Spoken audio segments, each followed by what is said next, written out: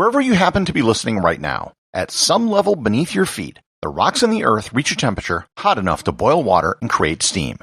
And with steam, you can turn a turbine and create electricity. If everywhere on Earth is just a few kilometers away from tapping into this source of energy, why don't we use this everywhere? Learn more about geothermal energy, its uses, and its limits on this episode of Everything Everywhere Daily.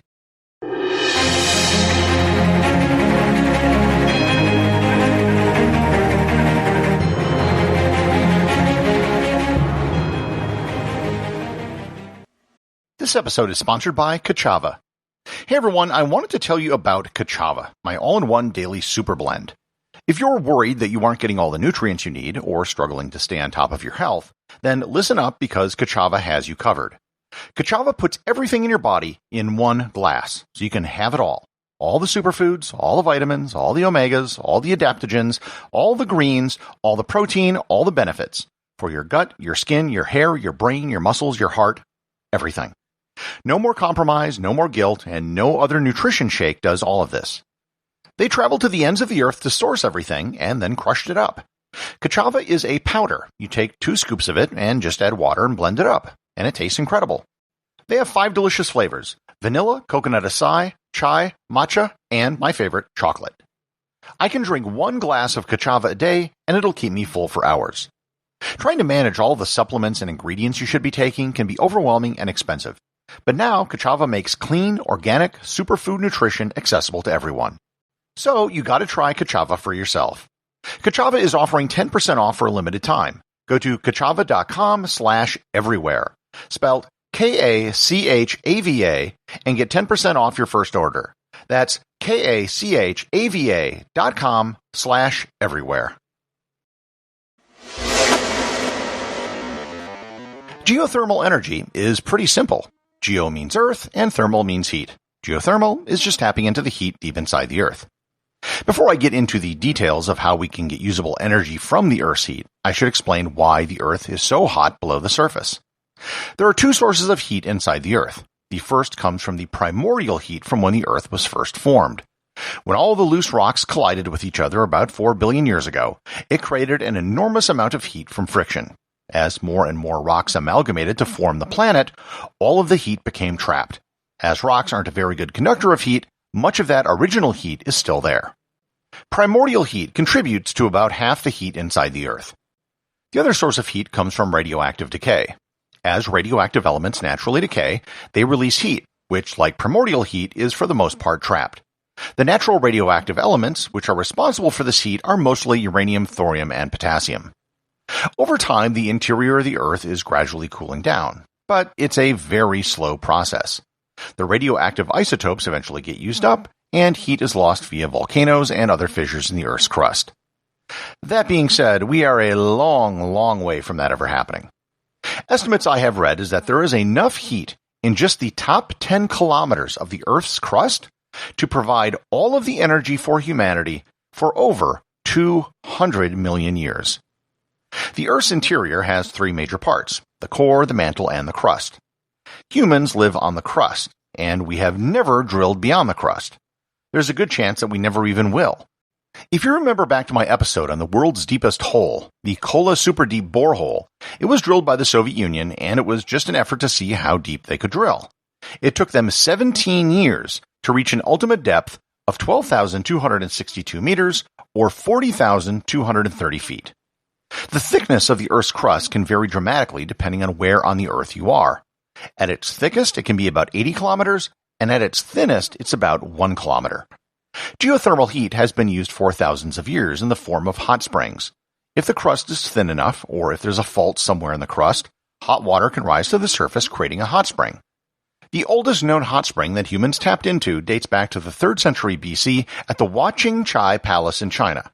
The Romans harnessed geothermal heat at their baths in Bath, England, and outside the town of Merida in Spain. In the 20th century, geothermal heating began to be used for individual buildings and greenhouses in places like Iceland and Idaho. As electrification took off in the early 20th century, some invented people realized that this heat coming from the ground could be used to spin a turbine to produce electricity. In 1904, Piero Conti created a geothermal turbine at the Lardarello Springs in Tuscany, Italy. This first geothermal electricity could power 4 light bulbs. In 1911, it was the locations of the world's first industrial-scale geothermal electric plant. And today, Lardarello produces 10% of all of the geothermal electricity in the world. Using the Earth's heat to create electricity wasn't something that really caught on right away. In 1958, a commercial facility was built in New Zealand, and in 1960, one was built in California. The simplest type of geothermal power is called a dry steam system. In this type of system, steam is heated directly from the ground and sent through a turbine, and then once cooled, the water would be pumped back into the ground. These were the first type of geothermal plants, and they're the most popular today where steam is easily accessible. Another type is a flash steam generator. In this, hot water is pumped out of the ground, but it's not steam. It's then pumped into a low-pressure container which causes it to boil, and then the steam is run through a turbine. A third type is called a binary cycle generator. These can use water temperatures that are much lower. The hot water runs through a heat exchange which heats up another fluid with a boiling point that's much lower than water. This second fluid then turns to a vapor and is run through a turbine. As of today, there are about 11 gigawatts of electricity produced by geothermal power worldwide.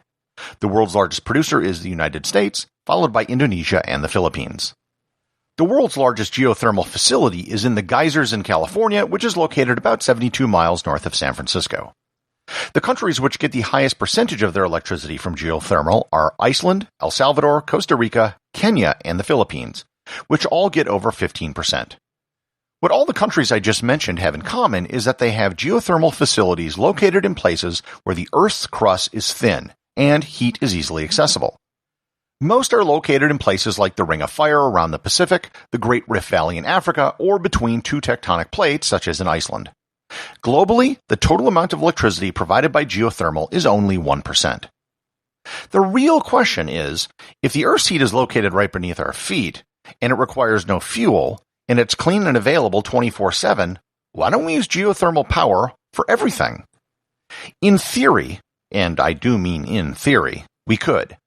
However, it would be really expensive. The current geothermal power plants are located where it's cheap and easy to access the Earth's heat. But as you get away from those places, getting to that heat requires drilling deeper down. And more importantly, it almost always requires drilling through bedrock. Most oil and gas drilling is done through sedimentary rock, which is relatively easy to drill through. Igneous rock like basalt or granite is much harder and much more difficult to drill through. Moreover, the deeper you drill, regardless of what you're drilling through, the more expensive it gets. To get to a point where temperatures are enough to boil water, you need to drill down to about 4 kilometers or 2.5 miles on average everywhere on Earth. Moreover, it isn't just a matter of getting to the heat, you also need groundwater.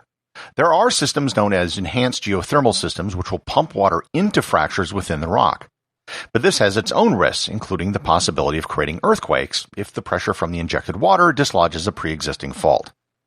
There is some good news on the horizon in terms of lowering the cost of drilling. There have been developments in the use of high-powered microwaves to blast through bedrock. The system, in theory, could drill down to 12 miles or 19 kilometers where you could have supercritically heated steam. Tests are still being run, but if it turns out to be feasible, it could dramatically reduce the costs of drilling geothermal boreholes by tenfold. While geothermal electrical generation may get most of the attention, it is not the only, or even necessarily the best method of harnessing the heat of the Earth. Another much simpler use is for heating and cooling. Geothermal heating and cooling is something that can be set up for almost any building, anywhere in the world. It doesn't require drilling deep boreholes. There are several different methods that can be used, but they all involve digging a hole or ditch near the building and then running pipe in the hole, usually in a looping pattern to increase the distance, and then burying the pipe.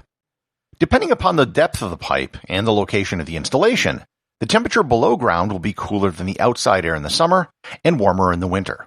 At a minimum, you could just pump water through it to exchange the heat. However, there's a much more efficient system known as a ground-sourced heat pump. A heat pump works on the same principle as a refrigerator, and instead of a single heat exchanger, you would have 2 of them, which can be reversed depending on if you want to heat or cool your house. Heat pumps are much more efficient than alternative heating and cooling systems, and they are made even more efficient by having a higher heat difference, which is possible by running it through the ground. Ground-sourced heat pumps can save 30 to 70% in heating bills and 20 to 50% in cooling bills. A ground-sourced heat pump is probably one of the simplest and cheapest ways to harness the Earth's heat to provide energy.